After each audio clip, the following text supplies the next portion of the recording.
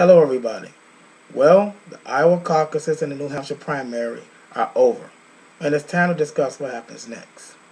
But first, you guys should check out the previous video that I made. It's the first part in the nomination contest. So I explained the difference between the general election and the nomination.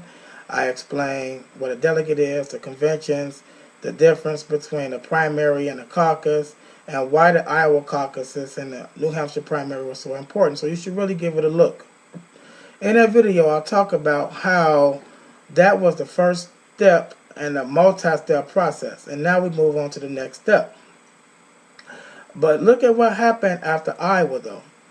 We saw Governor Martin O'Malley, Senator Rand Paul, and Senator Rick Santorum drop out after Iowa because they didn't do so well. And that's the purpose of these state nomination contests. You see, they're to see which candidates and which campaigns resonate more with the voters. So I suspect we're going to see the same thing happen now that New Hampshire is over and done with. So we move on to Nevada and South Carolina. So some key dates to note is Saturday, February 20th, 2016. That is the date of the Nevada Democratic caucuses and the Republican South Carolina primary. Okay? Now, as I said before, different parties in different states have different rules. Okay?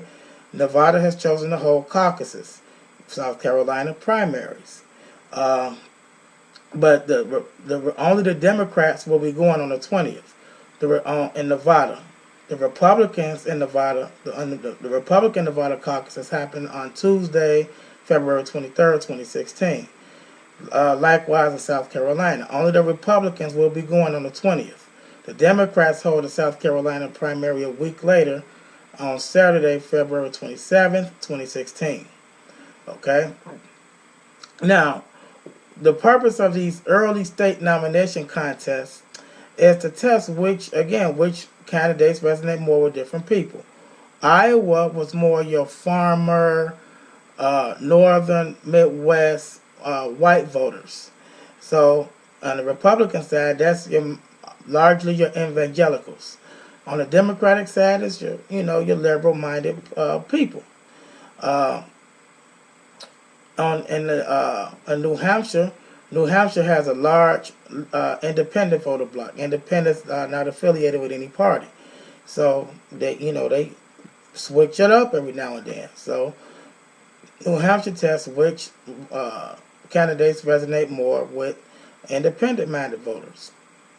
Well, now the gloves come off as we head into South Carolina, because South Carolina is very important for Republicans because that's the first state to test which candidate resonates well with your Southern conservatives.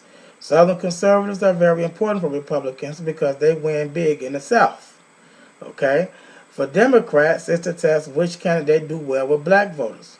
Black voters are a very important part of the Democratic voting bloc. So they want to see which candidates that the blacks resonate more with. Nevada is more your blue-collar union workers and your Latinos. So that's the purpose for those early voting states. Okay? Nevada has 30 Republican delegates up for grabs and 43 Democratic delegates. South Carolina has 50 Republican delegates and 59 Democratic delegates. So we'll see.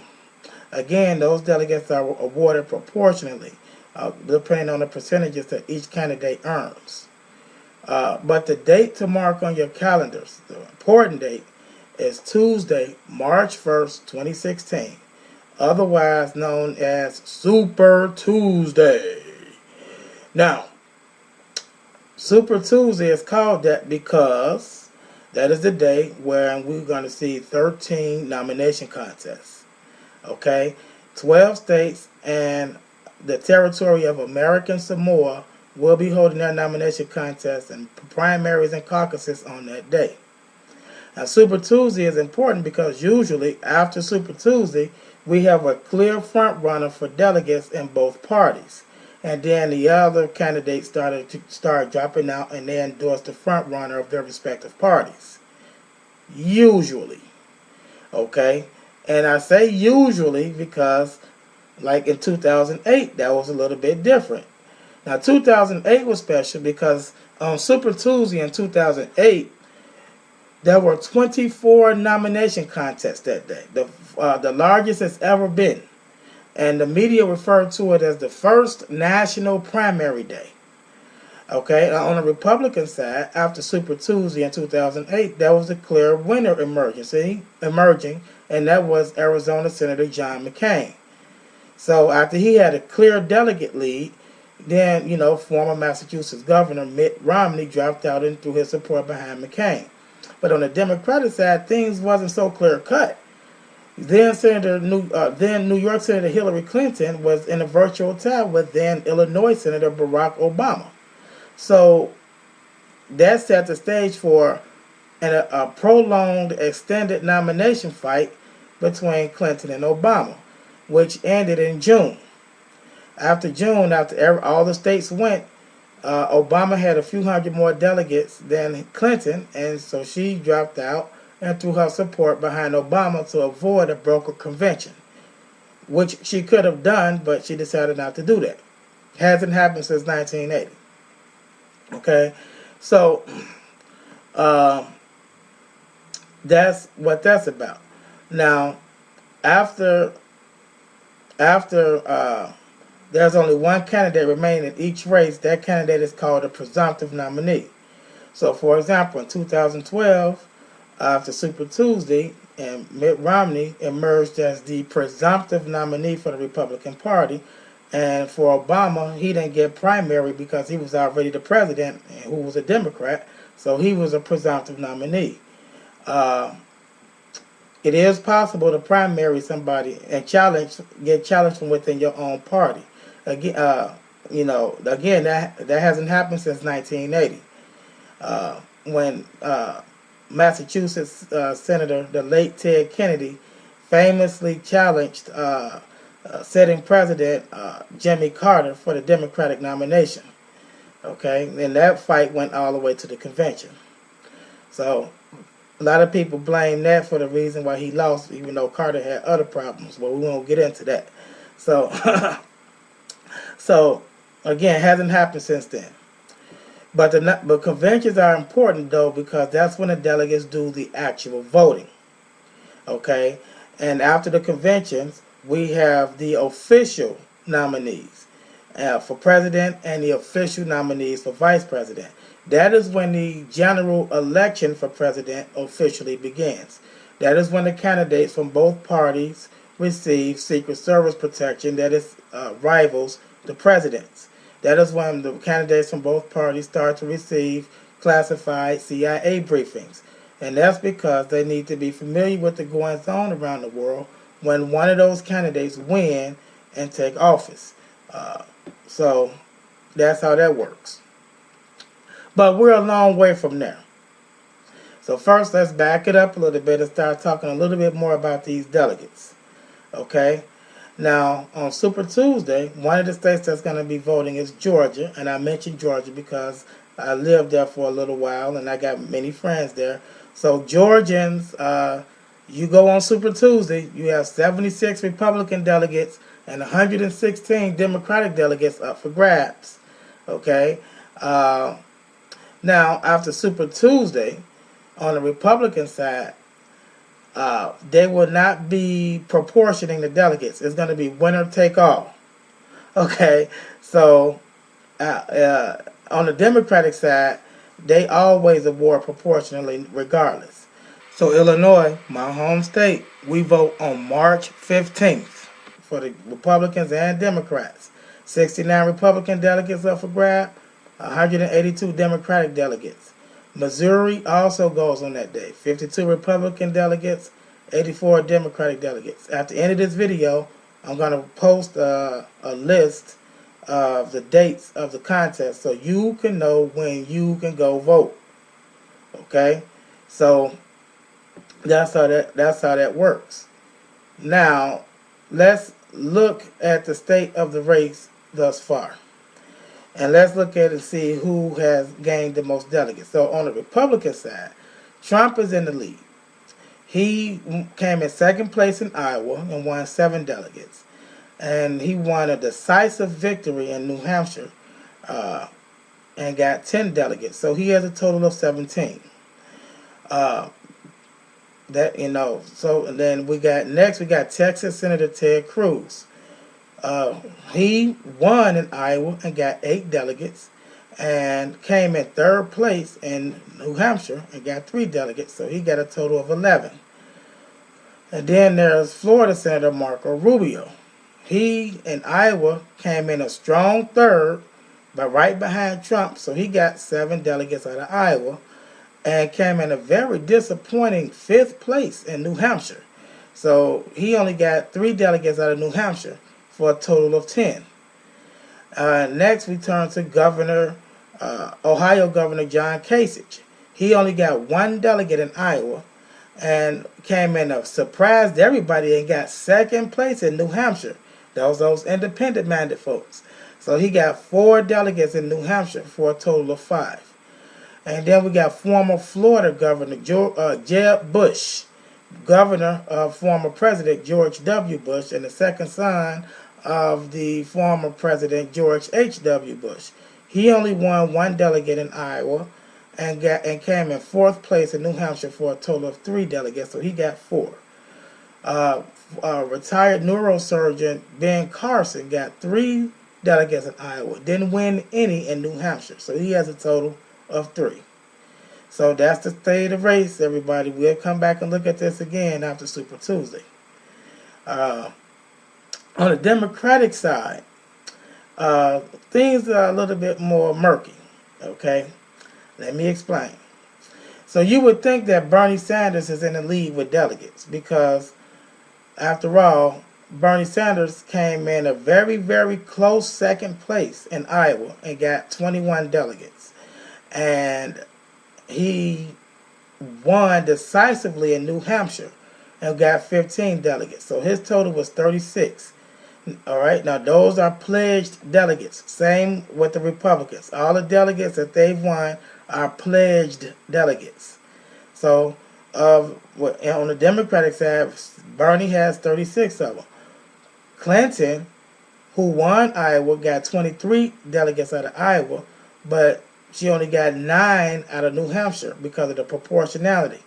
So she got a total of 32 pledged delegates. So you would think that she's losing to Sanders so far, but not so much. You see, for Republicans, they have a total of 2,472 delegates. So to win the nomination, you have to get a majority, which means that you have to get 1,237. For the Democrats, there are 4,763 delegates at play. And again, you have to win a majority of the delegates, which means that you need 2,382 delegates to win. Okay? Now, on the Democratic side, 712 of the 4,763 delegates they have are called super delegates. Now, super delegates are delegates that can vote any way they like. The pledged delegates have to vote how they were assigned to them, pretty much. Okay, but the super delegates can vote any way they like. These are party elders, elected officials, governors, congressmen, people like that, friends of the party. Okay, and the reason why the Democrats do this is because it gives them some manner of control over the nomination process. 15% of the delegates are super delegates. Okay, so again, we haven't heard much about them. Now, the reason why I mentioned them is because the Associated Press has done continuous polls of the super delegate to ask how they, which way they're going to vote. Okay, now, and they do this week after week, regularly, I should say. So, as it stands right now, 362 of the Democratic superdelegates have pledged their support for Hillary Clinton. Okay? And only 8 of the superdelegates have pledged their support for Bernie Sanders. Okay? The rest of them are unpledged. They haven't decided. Okay? So that means that the race as it stands right now on the Democratic side, Clinton is in the lead when you add her 32 delegates that she's earned to the 362 super delegates. She's in the lead with 394 delegates. Bernie Sanders, on the other hand, who has 36 pledged delegates that he's won, coupled with the 8 super delegates that has pledged their support to him, only has 44 delegates. So you might think this is unfair, but you haven't heard much about this because it doesn't matter yet. In 2008, we heard a lot about superdelegate because the race between Hillary and Barack was so close. Okay, and then, see, going into the contest in 2008, Hillary Clinton had the more superdelegate support like now. But after Barack Obama, beat her in Iowa and South Carolina, we started to see superdelegates shift their support. Some went undecided, some went to Barack Obama. So then, there was a really big discussion about whether or not the superdelegates was going to, end up deciding the race. Okay? So we haven't heard that conversation yet because right now it's not important. We have to wait and see what happens first. So if Hillary Clinton or Bernie Sanders after Super Tuesday emerge with a really clear lead, then this discussion don't need to be had because the super delegates won't matter. Okay? So again, we have to wait and see. Now, on the Republican side, they don't use super delegates, not anymore. They used to, but they don't. Okay? But they do have unpledged delegates. And they're coming from states that's not going to hold nomination contests for the Republican Party. So on the Republican side, Colorado, Wyoming, and North Dakota will not hold nomination contests.